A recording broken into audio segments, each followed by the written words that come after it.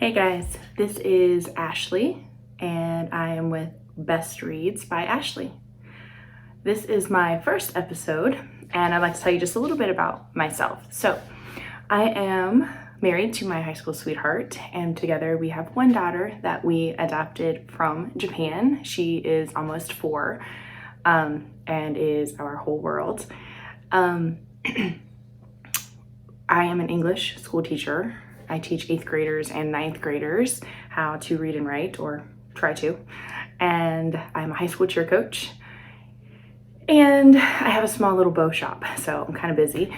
I love to read and write, and I have since I was young. In fact, a dream of mine has always been to become a writer. So I've always been an avid reader and have loved it.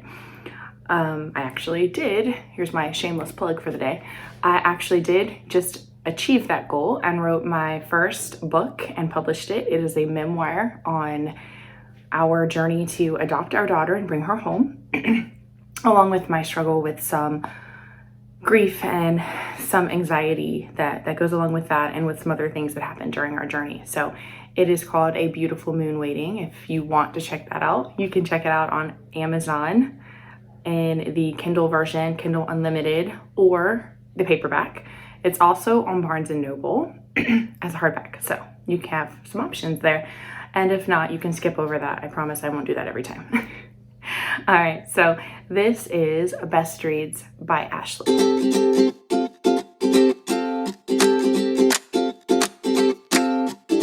Okay, so today is my first episode, and I want to say that I want to try to focus a lot on some indie authors. As being one myself, I find that some of the best books that I read are by indie authors, and that industry is growing very rapidly. So to me, I felt like it was important to kind of try to promote those to others as well. I will do some other reads as well with some traditional published or famous authors, but I would really like to focus a lot of my time on indie authors. So today I'm going to start, I've read thousands of books, but I'm going to start with one that I've just finished recently. And because it is a memoir and it's similar to my memoir, I wanted to maybe do this one first. It's fresh in my mind and it has some similarities to mine in a few different ways.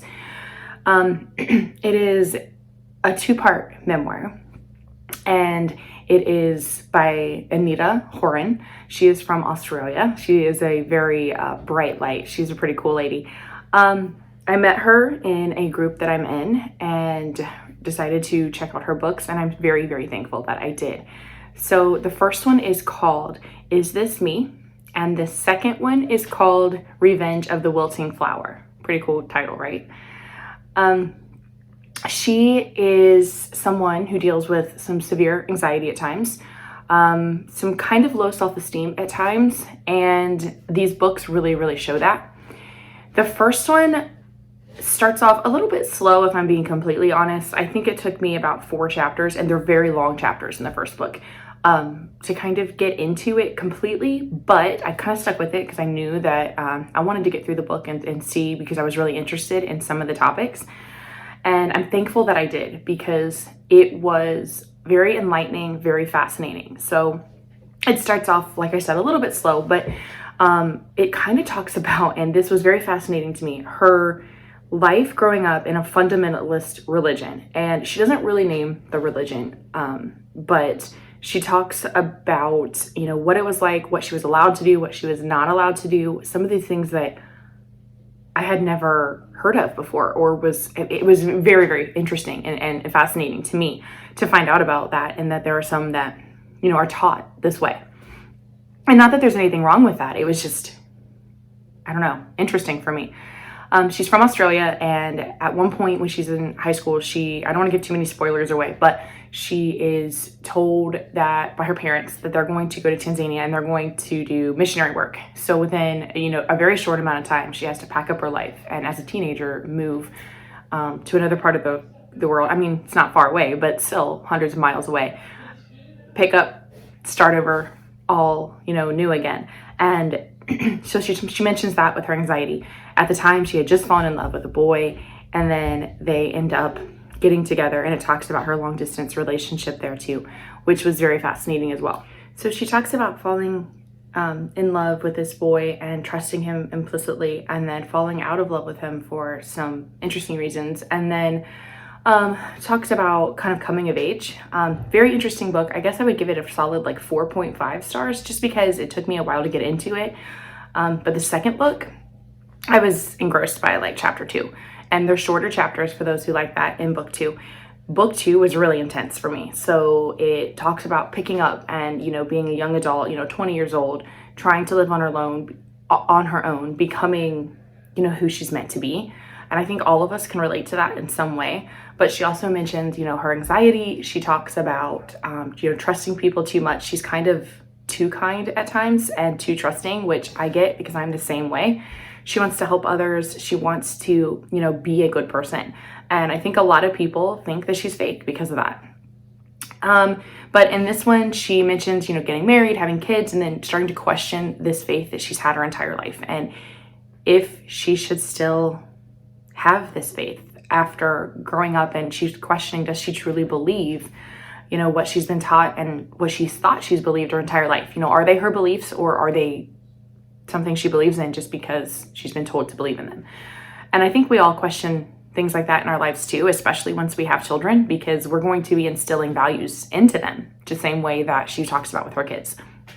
And so she mentions that. She talks about it without giving too much away. She also mentions, you know, moving to this new town with her young family and being completely ostracized and bullied by grown women, which I find heartbreaking and strange and almost unbelievable at times.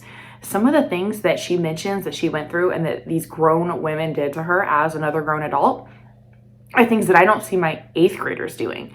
The bullying was atrocious, and honestly, it should be embarrassment for these women that they've ever acted this way in their lives. But it's incredible to see them, some of the things that she dealt with, and then to kind of grow into who she becomes, who she is now. So she does have a 3rd part coming out, and it's not out yet. She's working on the editing of that right now, and she's hoping to release it by the end of 2021. So I'm kind of really excited about that. I would give the second book, Revenge of the Wilting Flower, a solid 5 stars.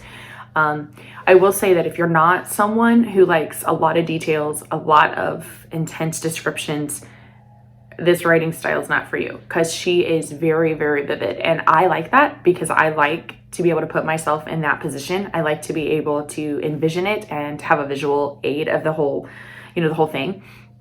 And she does a very nice job of describing things, almost too in-depth at times, but I love that. I love the description that she throws in. So if you're someone who likes that, you will enjoy these as well.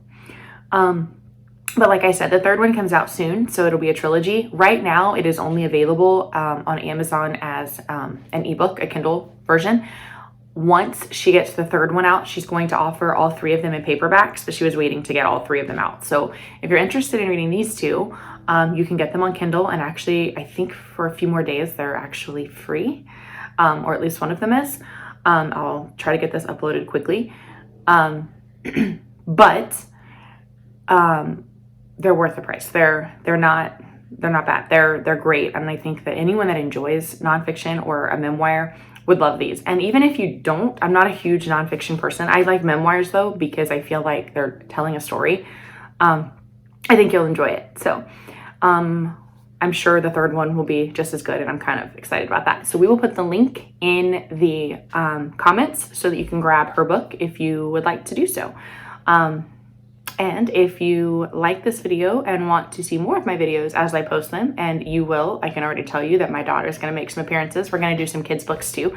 And she's a ham and a little bit of a sassy girl, but that's okay. I think you'll enjoy her.